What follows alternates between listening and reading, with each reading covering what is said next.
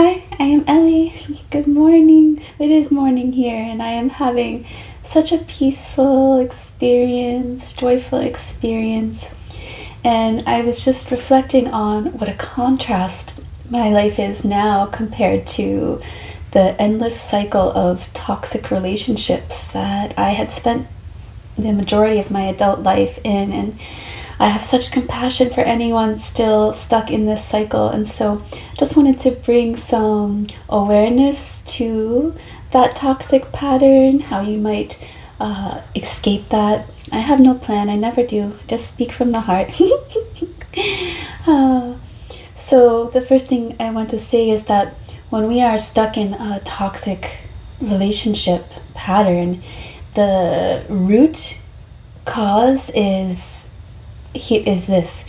First, we are unaware that we are keeping ourselves, here's the thing, we are keeping ourselves trapped in this toxic relationship cycle. Usually, for me, definitely was the case that toxicity in relationships was very familiar. It was all I had known. And so when we don't have this contrast, when we have not seen or experienced relationships that are healthy and loving, we just don't know any difference. So the thing that really helped me was to become aware that, okay, maybe I do not know what a healthy relationship is. That was the awareness that I had come to many years ago. And so I decided to start studying. Well, okay, if I do not know, I have no experience of healthy, loving relationships, relationships that are pouring into my well-being. So I started to study that. And so that is a very good tip right away, is to start to study what actually is a healthy relationship.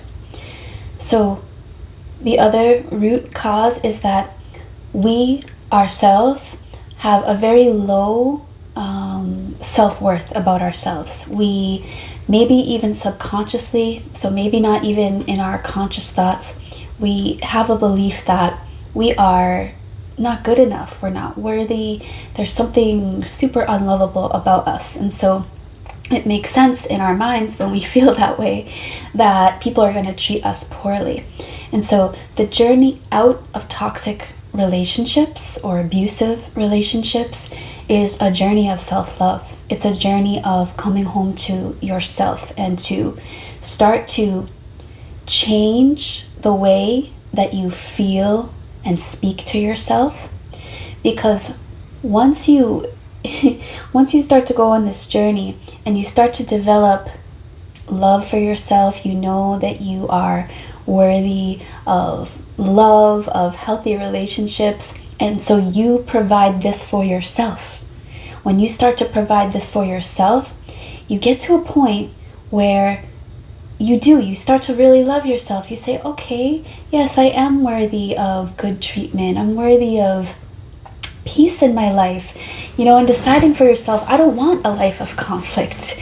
Those relationships where it's like things are good and then, every couple of months, it's just a big blowout fight. And then it increases also in the duration. So maybe it was like once every 4 months, and then it's once every 2 months, and then once every month, just gets worse. So what I want to bring attention to now is those blowout fights, okay? Because this is really important to bring awareness to.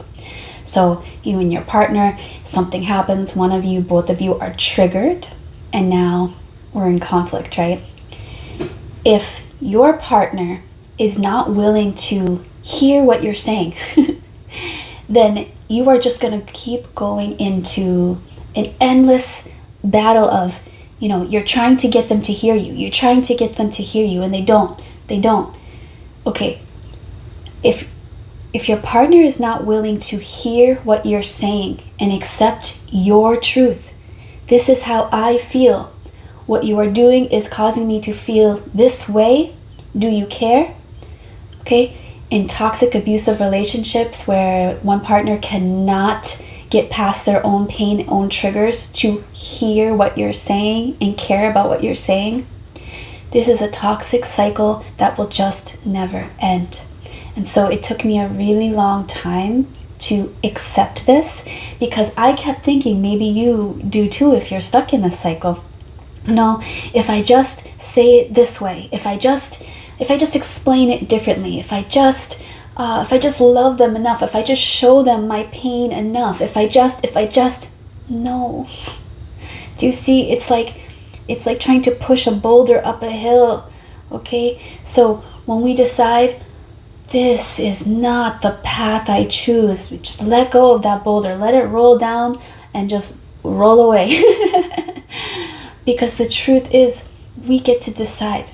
We get to decide how people treat us and what relationships we're going to stay in. We decide what treatment is acceptable.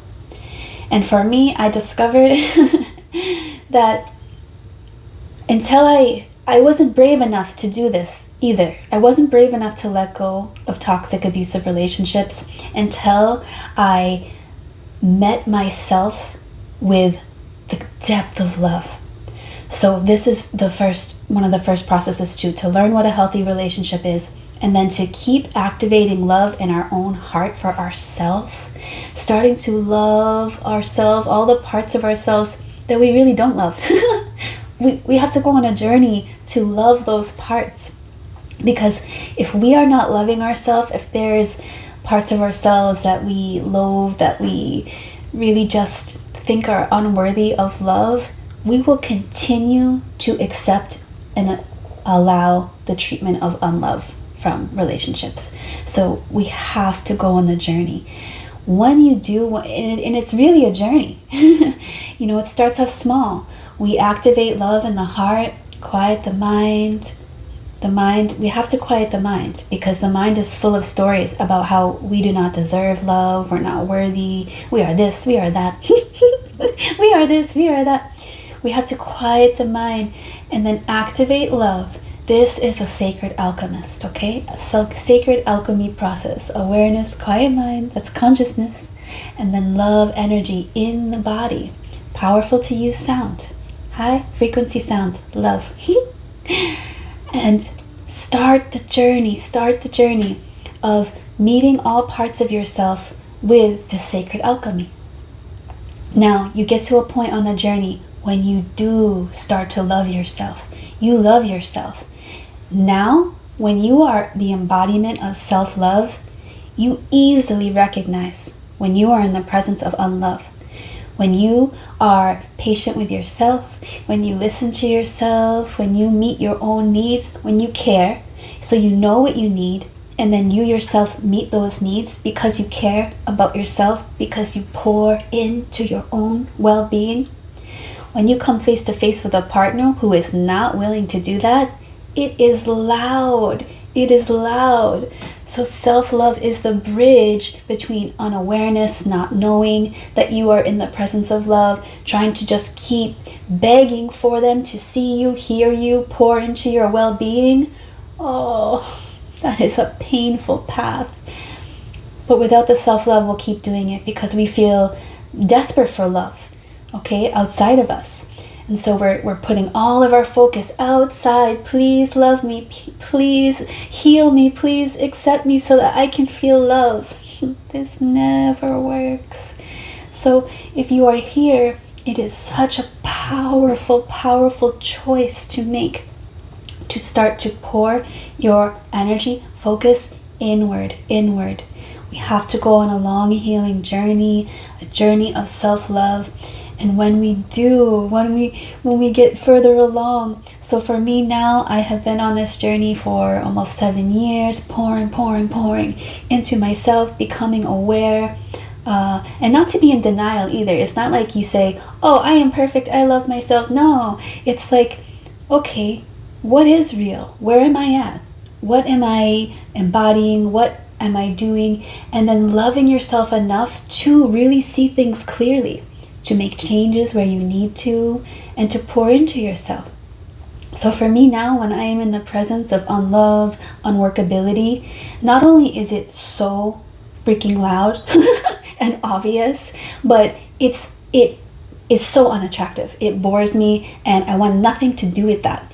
Okay? even if, and this is important, even if I love that person, even if I love that person, that love that I feel for that person will never be enough for me to abandon myself, to choose a path of pain, and try to force someone to see my worth. No, you either do or you don't, and bless you on your way if you don't. Because I do.